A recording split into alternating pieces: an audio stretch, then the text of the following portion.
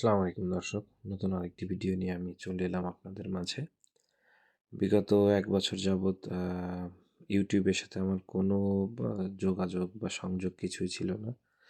নতুন কোনো ভিডিও আমি আপনাদের মাঝে উপস্থাপন করতে পারিনি।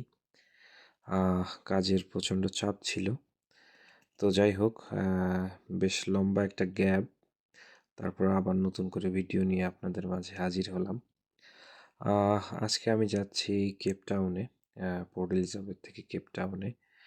তো যাওয়ার অন্যতম একটা কারণ, আজকে আমার ফ্যামিলি বাংলাদেশ থেকে রওনা হয়েছে।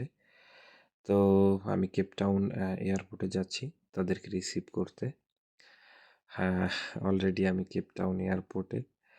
আমি দেখতে পেয়েছি আমার ছেলেকে এবং সাথে আমার ওয়াইফ এবং আমার ছোট বাচ্চা মেয়েটাও ওখানে আছে। তো তারা আসছে ধীরে ধীরে।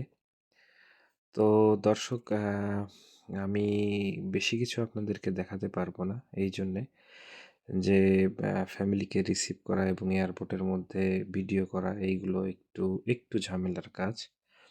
তো যাই হোক, আমি আপনাদের সাথে অবশ্যই শেয়ার করব আমি কোন কোন পথে বা কিভাবে আমি ভিসা ভিসা করলাম এবং কিভাবে তাদেরকে কোন উপায়ে আমি সাউথ আফ্রিকাতে আনলাম। আমি এই সম্পূর্ণ বিষয় আমি আপনাদের সাথে শেয়ার করব।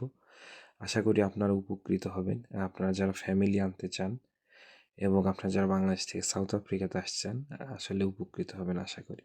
তো আজকের মতো এখানেই বিদায় নিচ্ছি। আল্লাহ হাফেজ।